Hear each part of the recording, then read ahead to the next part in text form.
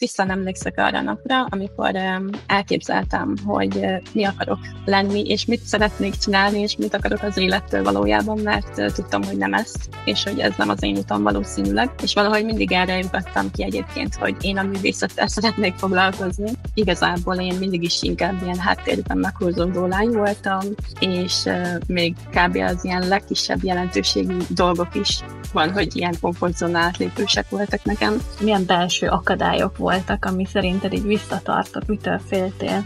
Hát én nagyon rettegtem attól, hogy engem nem fognak elfogadni, vagy hogy mit fognak rólam gondolni, sőt az ismerőseim, ha meglátják, hogy én itt bohóckodok, vagy nem is tudom, hogy csinálok. De hogy én olyan ideges voltam, olyan stresszben voltam már ettől is, és el nem tudtam képzelni, hogy én majd valaha videóba a hangomat visszahallgassam. Megtanultam azt, hogy azért figyelni kell a testemre, a testemnek a jelzéseire, és hogy pihenni nem bűn. Úgyhogy, hogyha úgy érzem, hogy akkor most pihenésre van szükségem, akkor az valószínűleg nem véletlen. Szia Tina! Köszönöm szépen, hogy elfogadtad a felkérést erre a beszélgetésre. Mesélnél magadról, vagy mit csinálsz, mit lehet róla tudni? Szia! Nagyon köszönöm a meghívást. Aranylágyonok Krisztina vagyok. Tina, röviden, így egyszerű. Illusztrátor vagyok, és művész családban származom.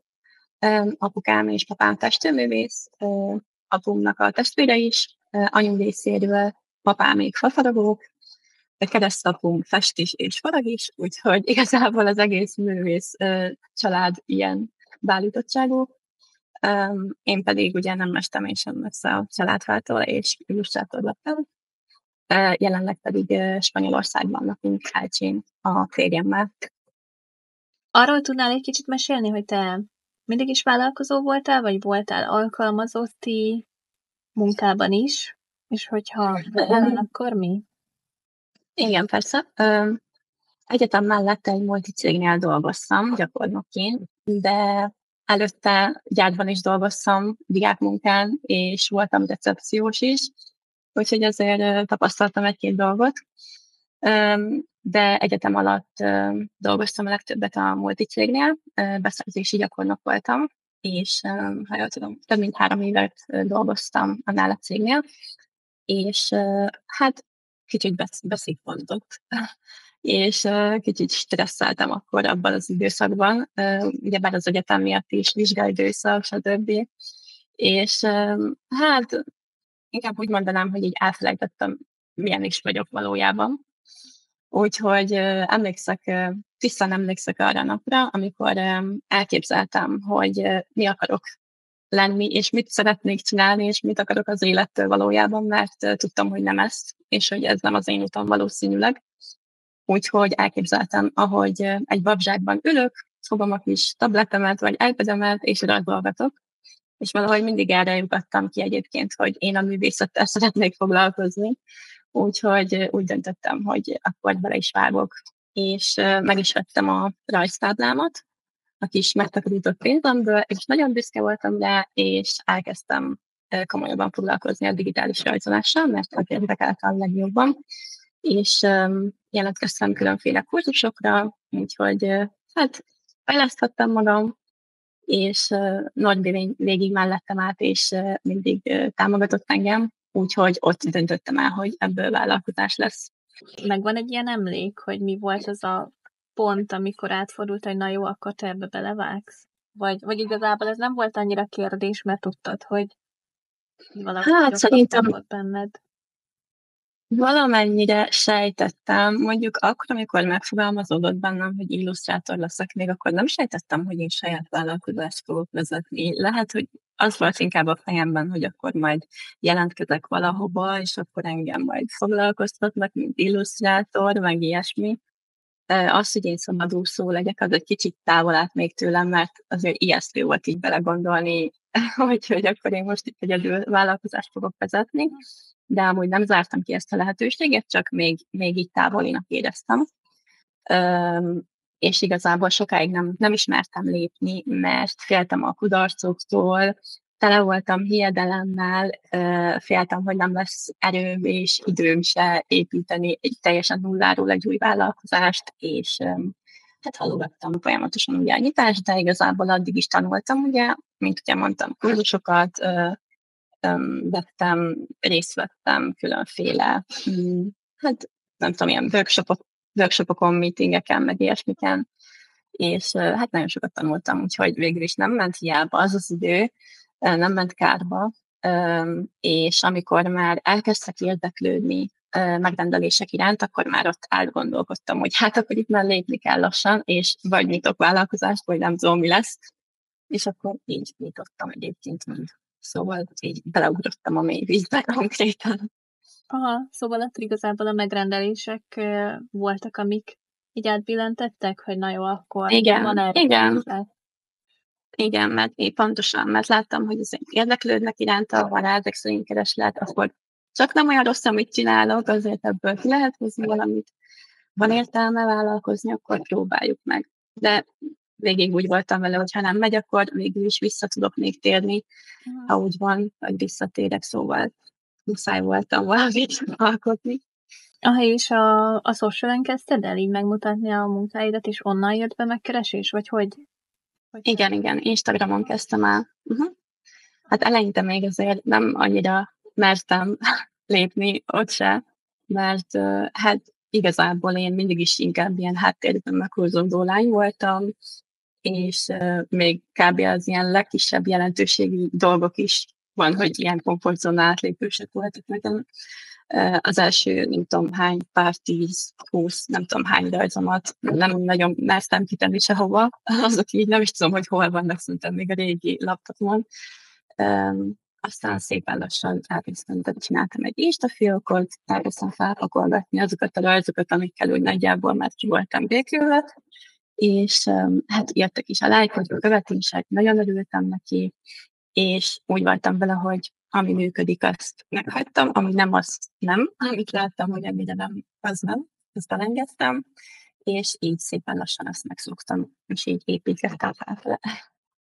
Aha, de akkor még csak a rajzaid voltak kint? Tehát így magadról nem raktál még ki, gondolom. Akkor még magamról nem, de hogy is ez még nem, az elején nem. Az elején még az is nagy szám volt, hogy rajzaimat kitettem, és hát emlékszek arra, hogy ugye mennyire jól esett az, amikor kaptam visszajelzést, vagy kommentet, és tudom azt azért, hogy a művészetnek egy like, egy komment, vagy egy megosztás, ez mind óriási nagy öröm tud lenni, és nem csak egy szám igazából ez szerintem, hanem nem is tudom, hogy fogalmazok, egy ilyen szívdobbanás, hogy tetszik az, amit csinálunk másoknak is, és nem csak magunknak alkotunk. Persze biztos, hogy vannak olyan művészek egyébként, akik így inkább csendben alkotnak, és inkább maguknak alkotnak, mint másoknak, de szerintem inkább az a jellemző, hogy azért szeretik megmutatni a művészetüket az emberek, és hogyha ez tetszik másoknak, és jók a visszajelzések, akkor viszont abból lehet építkezni, és azok nagyon meg tudnak dobni egyébként a motivációt, és akkor szerintem ez az igazi ilyen elismerés érzés, amikor azt érzi az ember, hogy másoknak is tetszik, amit csinál, és akkor van értelme. És nekem is ez volt a legnagyobb motiváció, hogy akkor van értelme, akkor csináljuk, akkor folytassuk tovább. Aha. És akkor utána, amikor már tényleg láttam, hogy jó, ebből azért lehet, hogy lesz komolyabb dolog is, és akkor tényleg most már alakul a vállalkozás, akkor már elkezdtem magamat is kitenni, mert rájöttem, hát marketing szakon végeztem egyébként, de azért nem olyan egyszerű az, hogy valamit tanulsz, és utána gyakorlatban alkalmazol mindent, és csinálod nulláról saját vállalkozásként, úgyhogy ezért sok mindennek kellett tapasztalnom a saját bőrömön. És ilyen volt az én márkaépítés is, és ugye hát elkezdtem szépen lassan magamat is megmutatni, először csak sztoriban, aztán pedig posztokban, és így tovább. Aha. Azt mondtad, hogy a férjed azt támogatott, de hogy így a családod is, gondolom, akkor ilyen támogató volt, tehát hogy ők hogy fogadták ezt, hogy na, akkor most belevágsz ebbe? Volt, aki meglepődött, és volt, aki nem. Ugye, mint említettem, hogy a családomban azért többen is művészek, ezért vállalkozók is, és ők szerintem nem lepődtek meg, hogy én is ezen az úton kötöttem ki. És volt olyan is, aki próbált volna lebeszélni, volt olyan, aki inkább azt mondta, hogy hát sok a kockázat benne, és sok a bizonytalan helyzet, úgyhogy biztos vagyok benne, hogy ezt akarom csinálni, de igazából úgy voltam vele, és most is úgy vagyok, hogy nem hallgatok inkább rá, hanem inkább magamra hallgatok, és igazából szerintem rajtam kívül más nem tudja, hogy én mit érzek belül, és hogy mekkora bennem a motiváció, meg tényleg a tettekészség, úgyhogy így ezért inkább magamra hallgattam, és belevágtam. Neked van valamilyen, nem tudom, bármilyen önfejlesztő kurzus, vagy bármi, amire jártál, ami segített így megerősíteni, mert oké, hogy sokan félünk ettől a vállalkozástól, meg attól, hogy belevágjunk olyan dologba, ami bizonytalan, vagy hogy ezekbe is, hogy azon kívül, hogy kell egy támogató környezet szerintem, azért kell, hogy belül magunkba is biztosak legyünk, hogy neked volt ilyesmi, vagy ennyire azért mondjuk nem hátulról indultál, úgymond, hogy azért bíztál annyira magadba, vagy a szenvedély húzott előre, tehát hogy ez erre ez egy jó kérdés. Leginkább szerintem a szenvedély, ami engem annyira nagyon húz, és tényleg nagyon motivál, mert nekem nagyon-nagyon tisztán megvannak a céljaim, tényleg, hogy mit szeretnék elérni, hogy látom magam, és tényleg nagy álmaim vannak, és egyrészt nagyon hiszek a manifestációban is, és szerintem már ezt is valamilyen szinten manifestáltam, ahol most vagyok. Nyilván nem egy csettintésre történt minden, mert nagyon is megdolgoztam érte, de mivel tudom azt, hogy pontosan mit szeretnék, ezért úgy tervezek mindent, és nagyon tudatos vagyok ebben. Viszont az tény, hogy nagyon sokat foglalkozok az önfejlesztéssel, és anélkül ez nem sikerülne valószínűleg. Nagyon sok függ a felfogástól, a felfogáson, a pozitív gondolkodásmódon, a tanulástól, olvasástól, mindenféle ilyesmi dolgoktól. Jártam több kurzuson, például Hernáez Évinek a Copy klubjában sokat tanultam, aztán tanultam Vas Timitől is, úgyhogy ők azért nagyon sok motivációt adtak annó, hogy most is tanulok még egyébként Timinél, meg egy pár magyar vállalkozónőnél is, meg külföldieknél is tanultam. Szóval én mindig is, tényleg, én mindig is azt mondom, hogy én egy örök tanuló leszek, mert szerintem nem lehet eleget tudni soha. De jó, hogy ezt mondod, mert én is ugyanezzel a mindset-szel működök, hogy mindent, amit csak lehet, én is általában pont ez a baj, hogy nincs annyi idő, mint amennyi dologba beiratkozok, meg amennyi ezzel én is a csoportba benne vagyok. És igen, ezzel én is vagyok. Nekem is egyébként ezek a dolgok segítenek. Az önismereti erősítések, meg nekem is egy ilyen önismereti csoport van, amiben benne vagyok.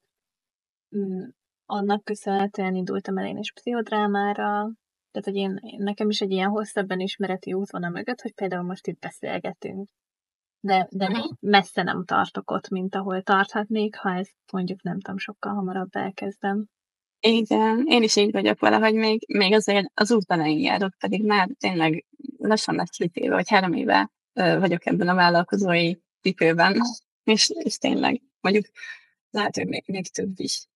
5 éve rajzolok egyébként digitálisan, úgyhogy ez 2020 környékén jött így a fejembe, hogy akkor én most ezzel fogok foglalkozni, de még mindig azt mondom, hogy még rengeteg hova van fejlődnöm, és még rengeteg is szeretnék tanulni, fejleszteni magam, szóval én is így vagyok.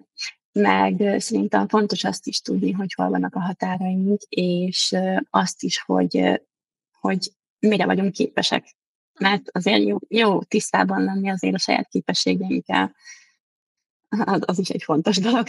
Igen, és én is régebben, amikor ezt hallottam, hogy legyenek határunk, igazából nem is tudtam annyira szerintem felfogni. Most így, hogy beszélgetünk, és már mondjuk tényleg az elmúlt nem tudom hány évben nagyon sokszor ezt hallom, hogy legyenek határaink, legyen meg az, hogy tudjuk magunkról, hogy mire vagyunk képesek, de hogy egyszerűen, amikor azon a szinten van még idézőjelben az ember, amikor nagyon meg se érti, hogy ez mit jelent, mert hogy én is voltam ebben, hogy olyan furcsa most erről beszélgetni, hogy nem is tudom ezt, hogy lehetne így jobban kifejteni annak, aki még nem érti, hogy mik ezek a határok, hogy mondjuk én nekem is Én 2017-ben lettem vállalkozó, de akkor még totál nem így működtem, és igazából kb.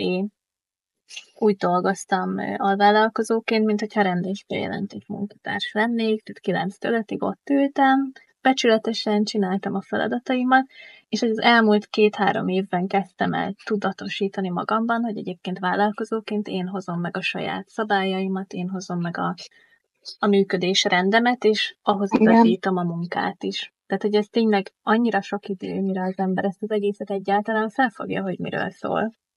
Igen. Tök jó, hogy ezeket így behoztad. Igen, hát szerintem is a lényeg, és talán a legfontosabb is az, hogy ide tudjuk nemet mondani. Mert mindent is elvállalni nem annyira jó buli, mert közben, hogyha magadat teszed tönkre, akkor az nem vezet semmi jóra. De neked ezzel Nem volt még annyit dolgod? az idegrendszer.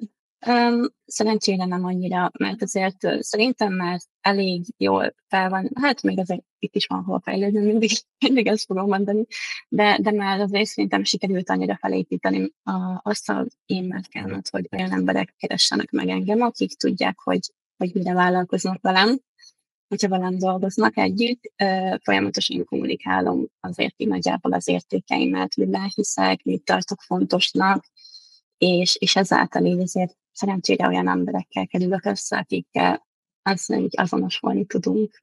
Aha, de jó. És még ott hagytuk abba az előbb, hogy amikor elkezdtél magadról posztolni, mondtad, hogy először csak így sztoriban, és akkor utána kezdtél el posztokban is, hogy ez mennyire volt neked nehéz, hogy az arcod ad hozzá, ez milyen belső akadályok voltak, ami szerinted így visszatartott, mitől féltél? Hát én nagyon rettegtem attól, hogy engem nem fognak elfogadni, vagy hogy mit fognak rólam gondolni, sőt az ismerőseim, ha meglátják, hogy én itt bohóckodok, vagy nem is tudom, mit csinálok. Ez volt leginkább, és TikTokon nagyon sokáig emiatt nem is mutattam magam, mert az meg már tényleg úgy gondoltam, hogy hát ez a platform, az kb. Ott mindenki csak táncol és bohóckodik, nem csinál semmi más. Közben pedig ott mentem egyébként a legnagyobbat, és nagyon megszerettem a TikTokot, csak egy kicsit kiégtem akkor, mert nagyon-nagyon sok időt beleöltem. De nagyon nehéz volt. Instagramon is. Aztán, amikor már kitettem 1, 2, 3, akkor már könnyebb volt. És most már ott tartok, hogy most már videókat is fel tudok tenni, és most már egész jó úton vagyok, hogy most már elfogadtam magam, azt tudom mondani legalábbis szerintem. És ez is az önfejlesztésnek hát az önismeretnek köszönhető szerintem, hogy elfogadjam magam olyannak, amilyenket. Aha. Nekem is ez most egy tök nehéz lépés volt, szerintem, mint tavaly egy ilyen csoportos kihívásban szántam rá magam, nagyon be voltam szarva, iszonyatosan, de mondom, hát tudom, hogy ki kell rakni magamról valamit ahhoz, hogy megtaláljanak. És nekem az első ilyen az egy olyan videó volt, ahol még csak az árnyékom volt rajta, meg egy visszatükröződésem csak a villamosból. De hogy én olyan ideges voltam, olyan stresszben voltam már ettől is, és el nem tudtam képzelni, hogy én majd valaha videóba a hangomat visszahallgassam, vagy valakinek ezt hallgatnia kelljen, úristen, meg visszanézni magam, és ugyanez, amit mondasz, hogy én is ezen paráztam a legtöbbet, hogy hát az ismerősök mit fognak szólni, pláne már nem úgy nézek ki, mint általános iskolában, vagy gimnáziumban, totál megváltozott, és úristen, mit fognak gondolni róla, és ez annyira lebénított, hogy el nem tudtam volna képzelni, de amúgy tényleg az az első lépés mindig a legnehezebb szerintem is, és utána meg most nekem is egyre könnyebb, hogy most már veled beszélgetek, és te vagy tényleg a 4., 5. ember, és én is érzem magamon, hogy egész másképp tudok beszélgetni. Igen, bele kell jönni. Nagyon egyetértek. Erre most eszembe is jutott, hogy mondtad, hogy milyen a hangod, vagy ilyesmi, hogy te is erre gondoltál. Hát nekem is, amikor a TikTok videóimat tettem ki, az első, nem tudom, 5 videómnál még mindig nem tudtam visszanézni a videókat konkrétan.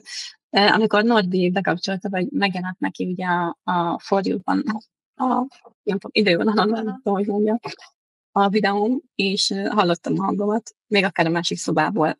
Mondtam neki azonnal, hogy ne halljon, de úgy, hogy ne halljon, nem bírom. Úgyhogy igen, voltak nekem még ilyeneim, aztán most már így ezt is kezdem így leküzdeni, mert most már nem érdekel, hogy hadd menjen. Igen. Igen, én is úgy vagyok vele, hogy nyilván azokkal, akikkel nem tudom, összefutok az utcán, neki is ez így tök természetes, és csak nekem a fejemben él ez a hülyeség. Úristen, mit gondolok, meg mondjuk én is észrevettem magamon, hogy én is helyzetekben tudok szorongani olyan hülyességeken, ami tényleg ilyen nagyon abszurd, hogy ki mit gondol, közben senki nem foglalkozik velem, meg azzal se, hogy áll most éppen a hajam, hanem nyilván a mondandó számít. Igen. És akkor a következő kérdésem az, hogy volt-e bármilyen ilyen hullámvölgy, amikor elbizonytalanodtál, hogy most való ez neked, visszamenjél-e inkább, alkalmazom, hogy keresse inkább olyan munkát, ahol adnak feladatot. Volt ilyen? Volt szerintem, sőt nem szerintem, persze. Szerintem, ha van olyan vállalkozó, aki még így soha nem gondolt arra, hogy na, akkor most befejeztem vége, akkor szerintem az hazudik. Tényleg szerintem rengetegszer volt ilyen, számtalanszor, és biztos, hogy mindenkinek átesett ez a fején, hogy akkor most ennyi.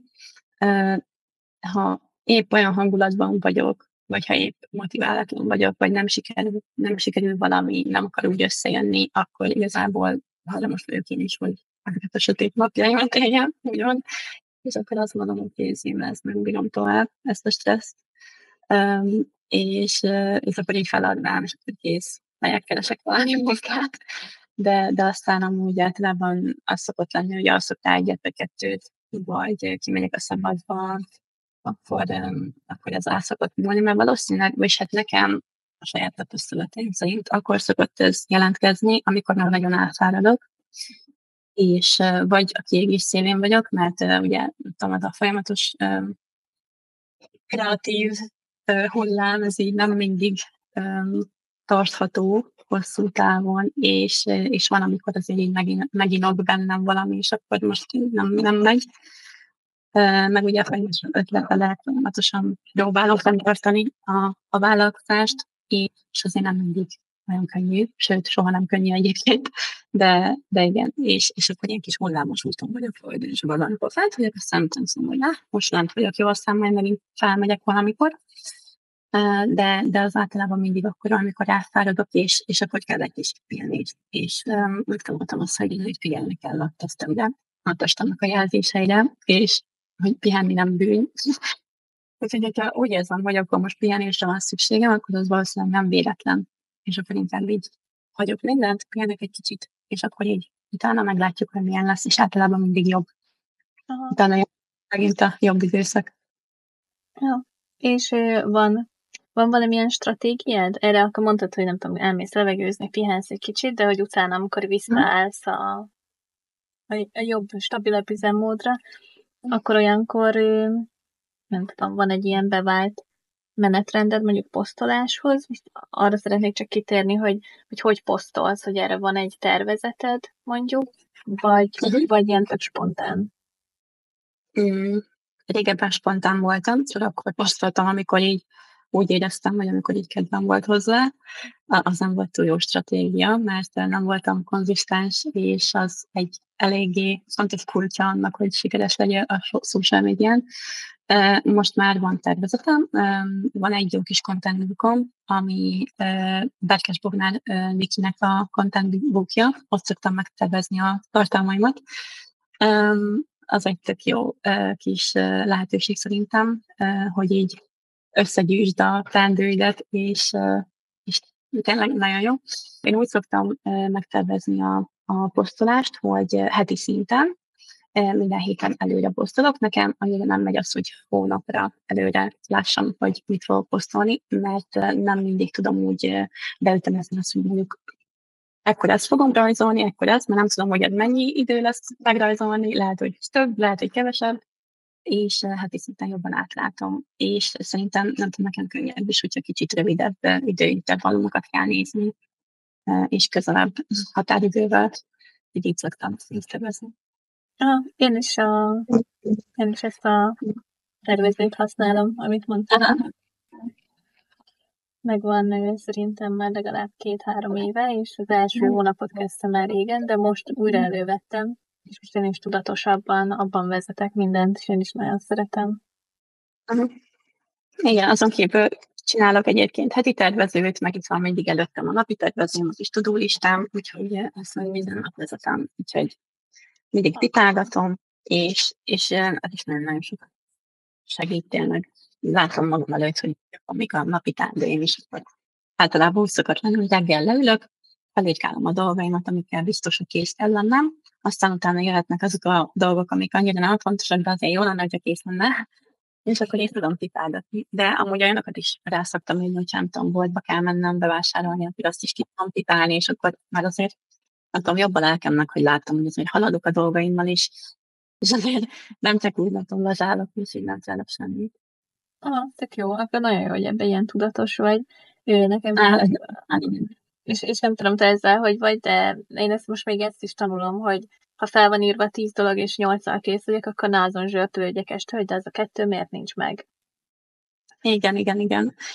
Ezt is úgy szoktam csinálni, hogy ugye van az a, jó, most úgy tűnik, mint hogyha nem tudom, miért nem beszélnék, hogy mutogatok dolgokat, de például itt van ez a kis naplóm, ez egy határidő napló, ide viszont az ilyen vállalkozással kapcsolatos dolgaimat írom bele, nem a posztokat, meg ilyesmi, ugye azt a content bookra hagyom, és akkor ide beleírom a dolgaimat, és van olyan, amikor, nem tudom, 3 napon keresztül ugyanazok a dolgok megjelennek, mert ugye nem tudom mondjuk megcsinálni egy nap, nincsen semmi baj azzal, akkor nem kap titát, hanem akkor átmegy a másik napra, és akkor így meg tudok vele haladni, mert azzal, hogy mindig felírom, tudom, hogy nem halogathatom, és maximum ilyen 2-3 nap az, amit halogatási időnek hagyok magamnak, úgymond, és akkor így is tudok vele haladni, és nem zsörtölődök, meg nem bántom magam amiatt, hogy nem csináltam meg egyik nap, hanem akkor inkább felírom még egyszer.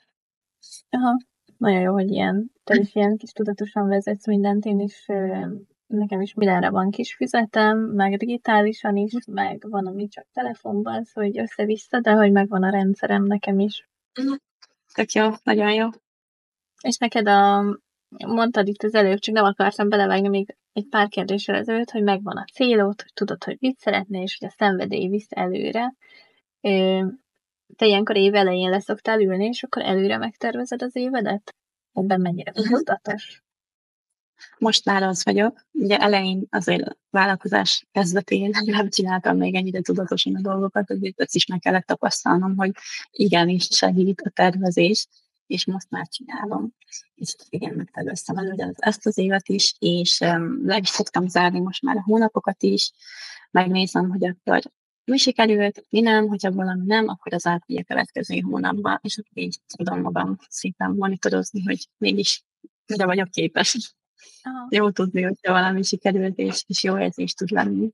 És mondtad, hogy még most 2-3 éve csinálod a vállalkozást, de hogy látod magad most az induláshoz képest, és mit érzel, hogy mi a legnagyobb személyes fejlődésed így az eddigi idő alatt?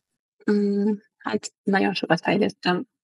Szerintem ez van így az elmúlt így mondani valamból, így már kiderülhetett, hogy azért a kezdéshez képest nagyon sokat foglalkoztam az önfejlesztéssel, rajzoltam rengeteget, tényleg nem is tudom, hogy mennyit nem tudom megszámolni, sose számoltam, de iszonyatosan sokat.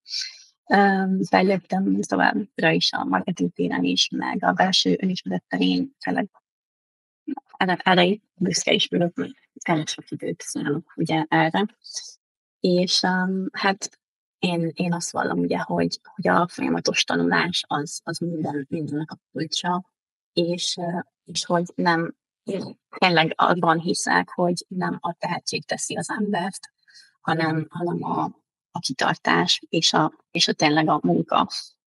Szóval én is így csinálom a dolgaimat, mert sokan mondják, hogy neked apud festőművész, akkor te biztos tudsz rajzolni. Hát nem, ez nem így működik, hogy megöröklünk mindent. Lehet, hogy a hajlamot azt megörököltem, meg valamennyi kreativitást mondjuk, de az, hogy mennyire tudok rajzolni, az mindig magamnak köszönhető, meg hogy mit tudok kiépíteni, az is magamnak, az én márkámnak, a marketingnek, mindezeknek köszönhető, úgyhogy az induláshoz képest most nagyjából okés szinten vagyok, úgy gondolom, és még mindig megyek majd szépen felfele, ha tudok, ha sikerül. És a legnagyobb fejlődés, hát a határhúzást mondanám még, megint csak, hogy az egy nagyon-nagyon fontos dolog, és sokkal fontosabb, mint ahogy ezt sokan gondolják szerintem. Meg ahogy én is gondoltam ugye annó, meg ez, hogy mindent elfogadni nem oké, és ugye mondom ezt, mint hogyha annyira nagyon sok ilyen dolgom, egy ilyen ügyfelem lett volna, de egyébként nem, szerencsére, ugye ezt is már megbeszéltük. Csak még egy ilyen gondolat eszembe jutott, ugye, hogyha ugye nagyon sok ilyen munkát elfogad valaki, amit nem biztos, hogy szívesen fogadná, akkor gondoljon arra, hogy lehet, hogy attól veszi el az időt és a lehetőséget, akivel viszont jobb lenne. Szóval tényleg megér inkább mérlegelni, hogy akkor mondjuk 9, 9 nem, és akkor szépen így a határainkat letisztázni. Meg amit Vastinitől tanultam, az az, hogy nem én vagyok a vállalkozásért, hanem a vállalkozás van értem. Szóval, hogyha valami nem okés, és azt érezzük a bőrünkön, akkor változtatni kell.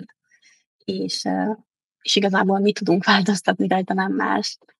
És hogyha pihenni kell, akkor engedjük meg magunknak a pihenést. Ezek az olyan dolgok, amiket így nagyon, nagyon megtapasztaltam, hogy a pihenés, meg tényleg ez a kiégés azért így művészként eléggé veszélyeztet, főleg, hogyha minden nap csináljuk. És anélkül nem megy, hogyha nem pihenek, és nem megyek ki. Most itt nekem tök jó, úgymond, de amúgy otthon is, Magyarországon bárhol lehet ilyet csinálni, hogy kimész, és akkor sétálsz egy kicsit. Én is most nagyon sokat inspirálódok, mint a természetben, megyünk mondjuk a tengerpartra, az nagyon sokat tud segíteni. Attól függetlenül nem annyira gyakran megyünk ki, de nagyon sokat segít az inspirációban is, meg a pihenésben, a fejemnek a kiszellőzésében. Úgyhogy igen. Akármennyire is lepő, a vállalkozóknak is kell pihenniük. Igen, és neked ilyenkor nincs benned egy ilyen félelem, hogy fú, de hát, hogyha, vagy ezt is már így megdolgoztad, hogy mondjuk, hogyha pihensz, akkor úristen, de akkor lehet, hogy nem lesz annyi bevételem, mert szerintem sokan még ezzel is küzdenek, hogy ők azért nem mernek megengedni maguknak, nem tudom, 2 nap pihenést, meg regenerálódást, hogy visszatöltődjön a kreatív energia, mert azt érzik, hogy lehet, hogy ha most ezt nem vállalják el, akkor nem lesz mondjuk abban a hónapban keresetük, hogy neked ilyen van, vagy ezt tudod valahogy kezelni már magadba? Vagy esetleg egy olyan stratégiád van, amivel ez mindig tudod, hogy nem annyira fog előfordulni? Hát a leginkább azt tudnám mondani, hogy megint csak a tervezést tudom előhozni példának, hogy nekem az segít nagyon, ahogy mondtam is, ugye a kis tudulistáim. Hogyha felírok dolgokat, akkor látom, hogy elvégzem őket, akkor látom, hogy haladok. Szóval, hogyha pihenésre van szükségem, akkor azért látszódik is, hogy miért van szükségem vajon pihenésre, azért, mert nagyon sokat dolgozok, és nagyon sok mindent kivipáltam már, akkor igazán megérdemlem azt az 1 nap, 2 nap pihenőt, mondjuk a szombat-vasárnapot is, és ne kelljen már amiatt rosszul éreznem magam, hogy lelki furdalásomnak legyen, hogy úristen, most mégis hogy tudok pihenni, mikor még amúgy ennyi a teendő, mert persze az sosincs olyan, hogy nincs teendődés, és kevés van. Mindig rengeteg teendőnk van. Általában nekem legalábbis mindig végtelen a sor. Meg az, hogy megtanultam azt is, hogyha már pihennem kell, akkor tudom, hogy nem hiába kell pihennem, és nem kell amiatt lelki furdalást éreznem. Tehát akkor valószínűleg a testem lesz, hogy akkor is nyálhapók, és akkor kicsit ellehetne. És így. Az volt egyébként hétvégén most szombat-vasárnap. Azért jó, azért ott megjegyeztem, hogy na, azért csak át kéne nézni dolgokat, meg nem tudom, csinálni kéne ezt, azt, és na jó, de aztán így eszembe jutott, hogy hát oké, de egész héten csináltam hétfőtől péntekig megállás nélkül, sőt, még péntek este is mindig árajánlaton dolgoztam, és jó, akkor most már tényleg nyugi van, és most már ne gondolj semmire, pihenj. Úgyhogy így, azok nagyjából nem tudom, mennyire segítenek, de Nekem is pont most ez a hétvége volt, az amikor a februárt mondtam, hogy jó, akkor én most már ezt a februárt én kipihenem, mert az egész hónap nekem is nagyon megvoltam. És most én is érzem már, hogy kicsit sok, úgyhogy vissza kell venni, vagy újra kell terveznem, hogy visszaálljon a rend, mert én sem akarom magam így kiégetni most. És ha most újra kezdenéd, hogy most kezded a vállalkozásod, akkor csinálnál egyébként bármit másképp? Vagy azt gondolod, hogy ez az út így jó volt, és akkor ez volt a tanulási folyamat? Vagy van, amit megváltoztatnál? Hát, igazából, hogyha újra kellene csinálnom mindent, akkor lehet, hogy kell változtatni is, mert amúgy nagyon élveztem ezt a folyamatot, megélvezem, megszülettem, meg imádom, amit csinálok. De hogyha így nagyon szigorú akarok magammal lenni, és hogyha muszáj valamit mondani, akkor megint csak azt mondanám, hogy a határhúzást jobban megtolnám. És így most arra gondolok, hogy akkor megszabom, hogy meddig dolgozok, hogy ne az legyen, hogy akkor túlhajszolom magam, mert ez viszont a stresszelésnek a rosszabb szintje, amikor már tényleg nem tudod megkülönböztetni azt, hogy mikor kell dolgozni, mikor kell pihenni. És nekem igazából ez a legnagyobb strugglingom, vagy nem tudom, hogy fogalmazzak, hogy ezzel szenvedtem nagyon sokat, hogy nem tudtam megkülönböztetni azt, hogy akkor most ugye a rajzolás, most akkor hobbi, munka, most akkor pihenéskor is azt csinálom, meg akkor munka közben is azt csinálom, és nem, hogyha már úgymond a hobbid a munkád, akkor kell egy másik hobbi azon kívül.